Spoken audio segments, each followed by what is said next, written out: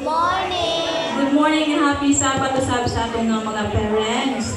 So today is a special day because Sabbath day. it's a Sabbath day. Yes, of course. And aside of that, we are celebrating the Global Children's Day.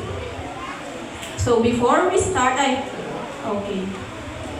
So our topic for this morning is My God and Me, Small Hands, Big Miracles. So before we start, can you show me your hands? Kids, can you show me your hands? Show me your hands. 2 hands. Now wave them in the air. How about sa mga parents? Can you show me your hands too? Okay. Now look at your hands. Look at your hands. O sa inyo na-observe? Small. Okay. Some are big, some are small, and some are tiny.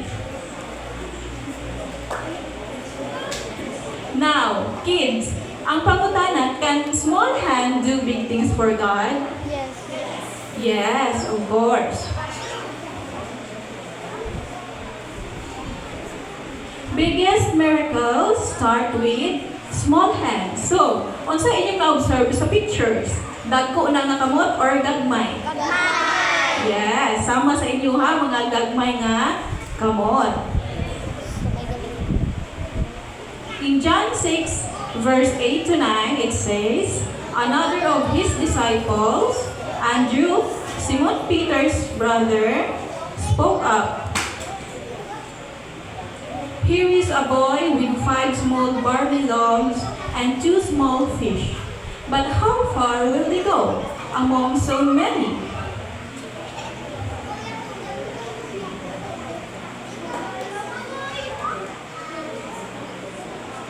Five loaves and that's it.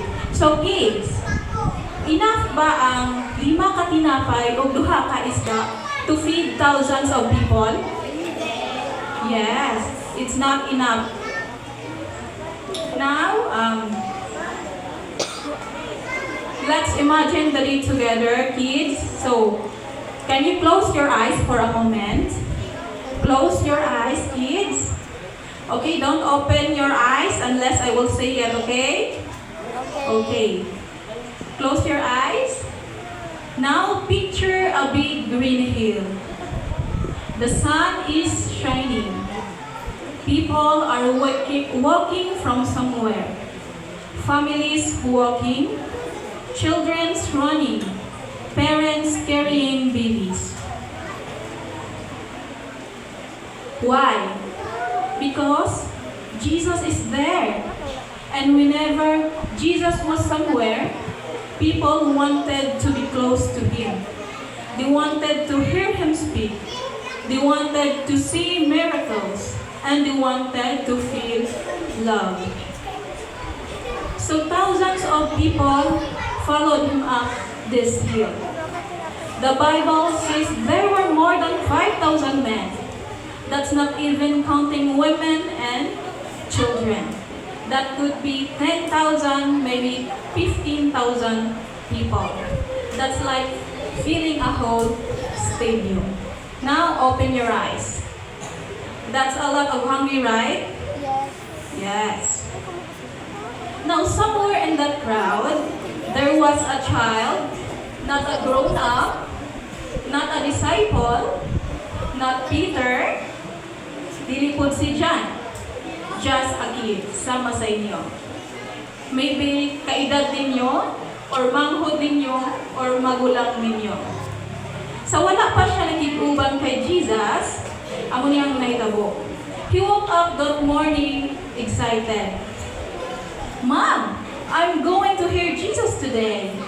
And maybe his mom said, take your lunch with you.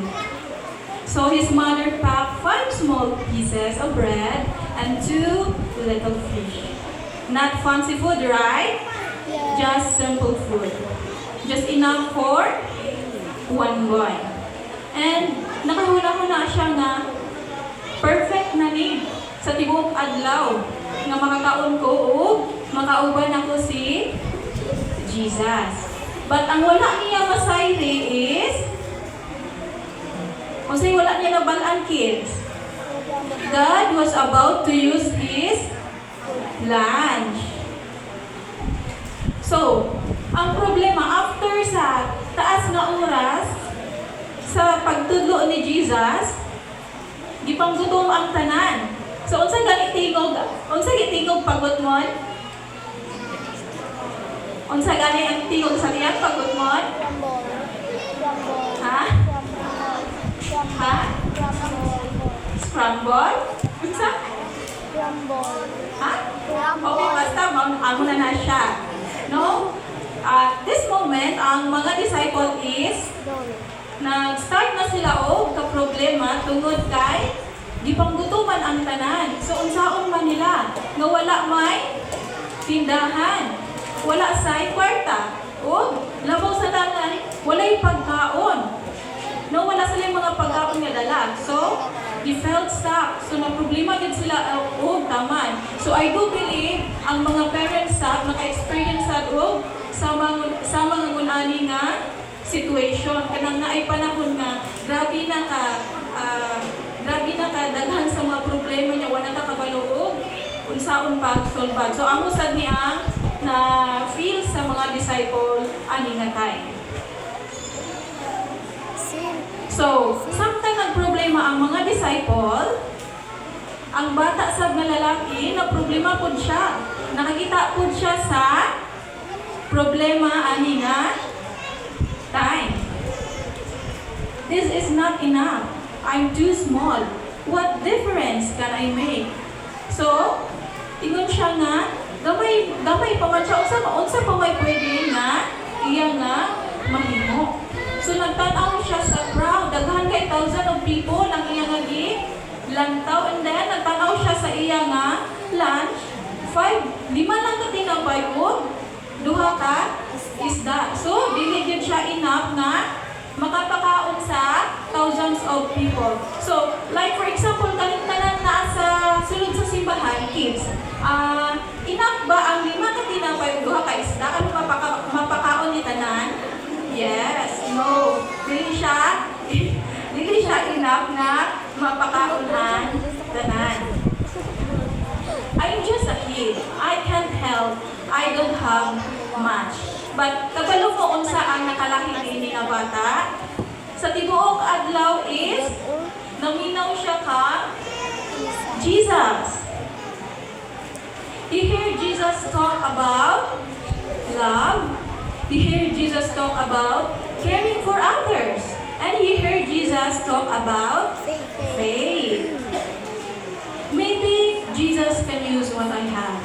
And something happened. Tungod kay tibuok adlaw, naminaw siya kang Jesus, daghan siya na-learn from Jesus. And something happened sa iya ha. Not in his hands, dili pud sa iya nga balon, but sa iya nga heart, na ay ka usaban. He felt close to Jesus. Not far away, not scared. He felt close like a friend, someone who cared about him. Now, he had a relationship with God. And because nagsalig siya sa Ginoo, naghuna-huna siya na maybe ang Ginoo magagamit sa kung saan naa sa kuha. I trust Jesus. So, imagine kids, batang gamay, naggunit sa iyang balon, and then naglakaw siya padulong ka Jesus, thousands of people. So wala siya kabalo kung sa'y mahitabo. No? Ang iyaha lang is, nagsalig siya ka Jesus. So that's why, naa siya brave nga moadto kang Jesus o isubmit ang iyang food. Lola mo nakatinapay. The boy gave his food. Jesus takes it. Jesus thanked God. And Jesus blessed the food, then the miracles begin. So gihatag sa bata ang iyang balon kang Jesus. So unsa man ang nahitabo when the miracles begin? Yes, nagdamo ang from 5 loaves, 5 ka tinapay o 2 ka isda, nagadaghan nga daghan. And then, katong ipagluto, nakakaon sila, tanan sila, busog. Ug sa pay nakalindot from 5 loaves and 2 fishes, nang hinubra pag yun. No, grabe ang miracle ani nga adlaw tungod lang sa balon sa bata o tungod kay nagsalig siya kang Jesus bisan wala siya kabalo unsay mahitabo. The more bread, more fish. Foods keep coming, baskets after baskets. The miracle started when the boy trusted Jesus. Now kids, listen carefully. This is the most important sentence today. The miracle didn't start when the food was multiplied. It started when the boy trusted Jesus. Yes.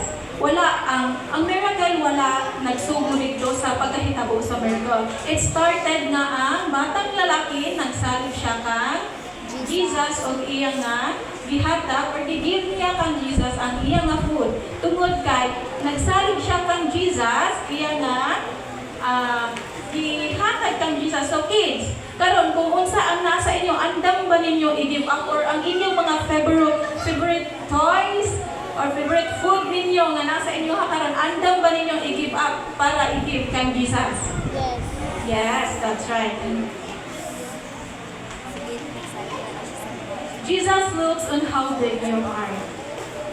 It started with a relationship because God doesn't look at kung unsa man mo kadako. He looks at kung unsa kadako ang inyo nga kasing-kasing. Ug ang Ginoo dili siya mo ingon nga pila man imong ihatag sa kuha, daghan imong ihatag sa kuha, dili siya mo ingon. Instead, Jesus he asked, will you give it to me? God can use your smile, kids. You are not too small. You are not too young. No, dili ninyo kinahanglan nga moabot pa mo sa namuhamtong mo for God to use you.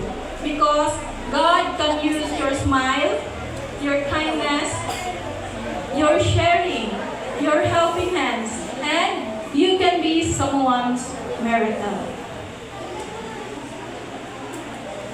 So, the children are the church now. Parents, sometimes we think the children are the future, but the future church. But Jesus shows up that they are the church now. Sometimes the strongest faith in the room comes from the smallest person. So my beloved parents, that helps our kid walk closely with God, not just know about Him, but know Him personally. Kids, so naipangutara diri kids, what can you give to Jesus now? Kung sa'yo mahatag ninyo kang Jesus. So imagine na si Jesus diyan nag-stand up sa inyong atubangan, kung saan ninyong mahatag sa iya karon? Ha? Love? What else? Ha? Okay. Your love? Yes, pwede kaayo. Your time? Toys? Prayer? Mga hands? Yes. Kaya mauna ang gusto na Jesus sa mga bata. So, kung saan niyo nakita sa picture?